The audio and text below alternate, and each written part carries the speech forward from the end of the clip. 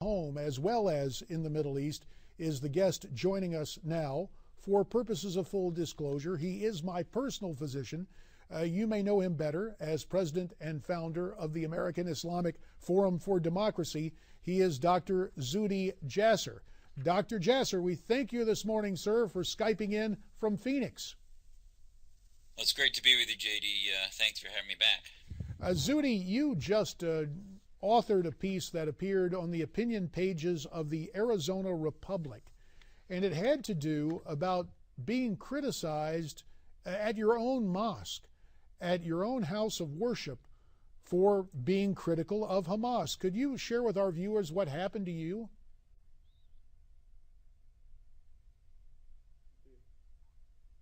Apparently, yeah, I've tried to keep my own neighborhood out of it in my national and global work on reform.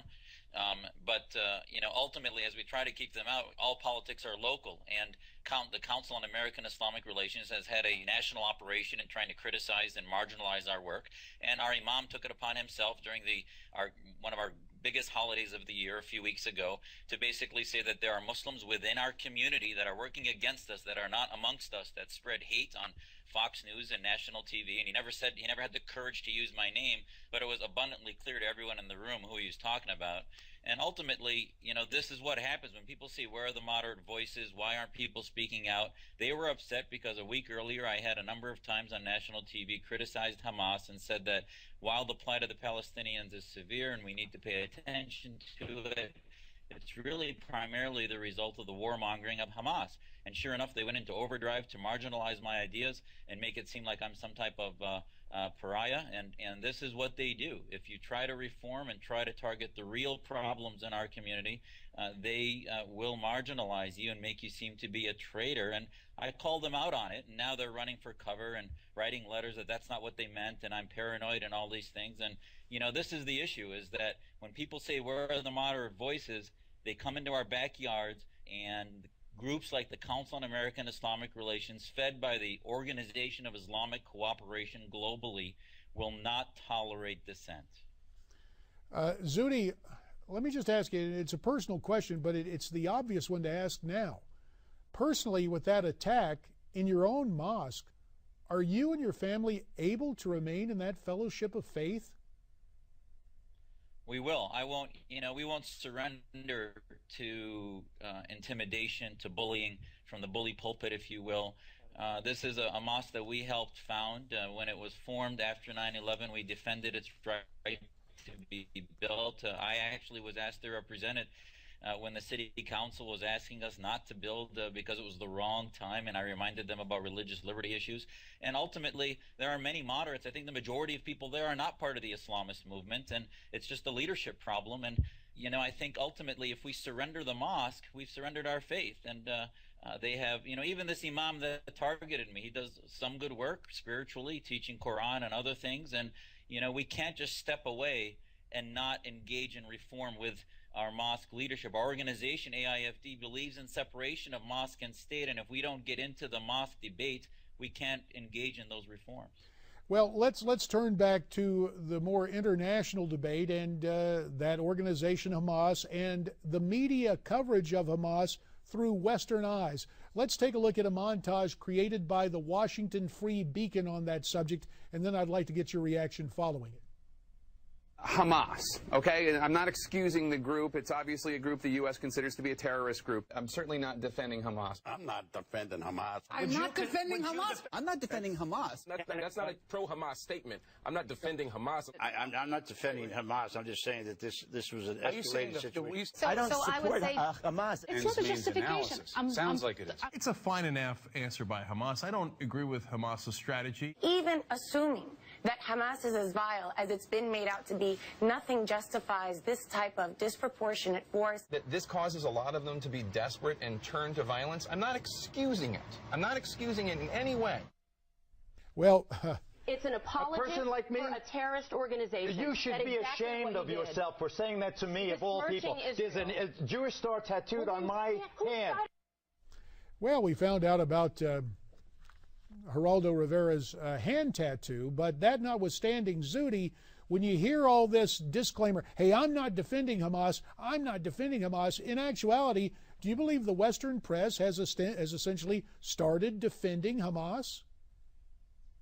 Well, this is the issue of this false moral equivalency, and when they start talking about all the bad things supposedly that Israel's doing and defending itself against the rockets of Hamas, the tunnels, the abductions. Hamas just executed 18 people they called were traitors, and nobody seemed to cover that, yet the media can't seem to interview Hamas leaders who would really openly explain to America, which would turn the opinion against the Palestinians to say, you know what, you got to clean up your own house against Hamas.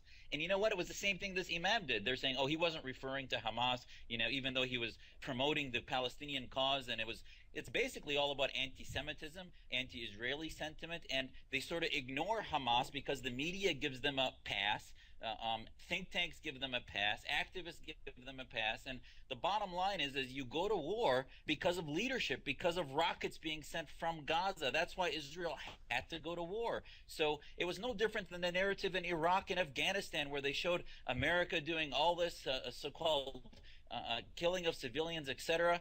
They ignored Saddam, they ignored Al-Qaeda in Iraq, and ignored the battle that we were waging and why we were there and why it was a just war. Because the narrative is about political Islam and the advancement of Islamism globally. Well, speaking of that advancement of Islamism globally, in our own backyard, so to speak, Zuhdi, yesterday the report of a man curiously named Douglas MacArthur McCain, an American who was fighting for ISIS in Syria. Your take on what is the attraction of ISIS to kids who grow up in the United States? Well, this is the issue. There's been no alternative to the identity problem. Many Muslims are not identifying with the American nationalism, and what I call Islamo-patriotism is pulling them into this global Islamist movement. They get pulled into the Brotherhood, they get pulled into Hamas, and ISIS is a ideological movement that has it's beyond terrorist group. It is a large social media movement that has sophisticated videos that paints a narrative of the West being anti-Islam and anti-Muslim, etc. And what happens is the Syria war, this is the issue, is that they feed on what can often be legitimate wars against dictators, as we saw with Assad or with Saddam Hussein or others, and then they take vulnerable people, as we see in prisons and elsewhere, and tell them, well, this will give them the gates to heaven away from the secular bad West that's anti-Muslim.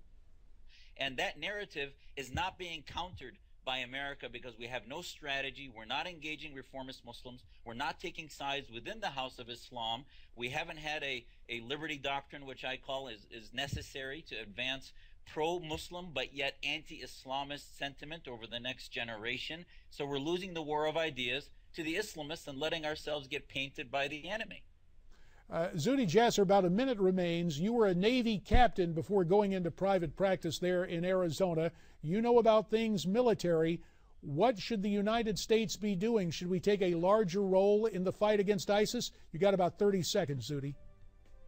Absolutely. The metastasis of ISIS into northern Iraq came from its primary tumor in Syria. We need to bomb them in northern Iraq and in Syria, but not do it with Assad, which is the reason they exist, and also try to weaken them so that the moderates in Syria can begin to not only... Apparently we're having problems with Zuhdi's Skype transmission, but we heard the message. Zuhdi, we'll have to end it right there. We thank you for your insights and analysis. A doctor using a medical analogy, imagine that, to talk about needed American involvement, in his opinion. What's your opinion of ISIS and what's going on in Syria? Why don't you tweet me your comments at NewsmaxTV, #AmericasForum.